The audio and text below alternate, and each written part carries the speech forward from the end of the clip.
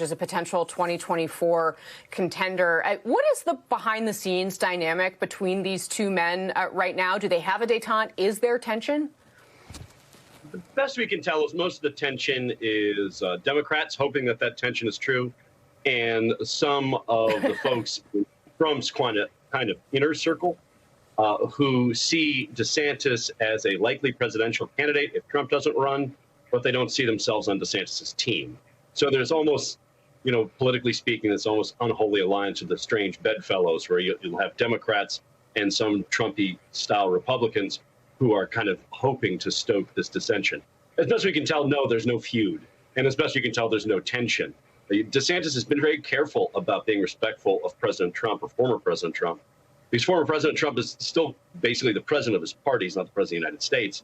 And DeSantis is well aware of that. And Trump, on occasion, does like to remind people, at least a bit subtly, from what we understand, that he built DeSantis. And the suggestion is that he could tear him down as well. There's probably some truth to that. But the proof is so far in the polling, and it shows that DeSantis is rather popular. I think in February, I first wrote that he was emerging as a top-tier candidate in the GOP, and then subsequent polling kind of showed that out. I was blown away because at the time I was reporting a separate story and interviewing Republicans from Texas, California, New York, and the Midwest, and all of them were just talking DeSantis, DeSantis, DeSantis. And that sort of buzz has only grown since then. And obviously, President Trump is still considering running for president or is considering running for president. If he does, I highly doubt DeSantis would run. My colleague Matt Dixon recently, maybe it was last week and the week before, wrote about how DeSantis is making sure not to anger the president or the former president, and he's going to, so far, remain true to that. I mean, certainly it seems like the play to make if you want a future in this party. Certainly, obviously, many of the members of Congress that I've covered who were willing to go out there and criticize Trump have found themselves in the wilderness. Mark, what is your sense? I mean, it's so interesting to watch DeSantis, too, because obviously when he was first elected governor, everyone was surprised. A lot of people didn't take him seriously in the beginning. They thought, some of the things that he said were too right wing or not enough in the mainstream.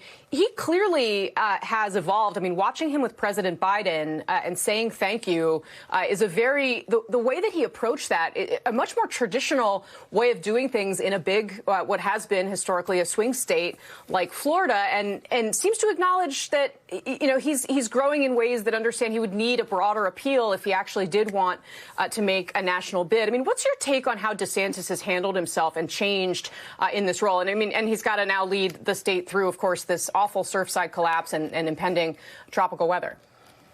I don't know if he's changed so much, but yes, for those of us who have observed him kind of govern very much on the right wing, the fact that he was quite welcoming of the president and was not political at all did surprise a lot of people here.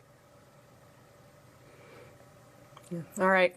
Mark Caputo, thank you very much for getting up early with us this morning. We really appreciate it. And thanks to all of you for getting up way too early with us on this Monday morning.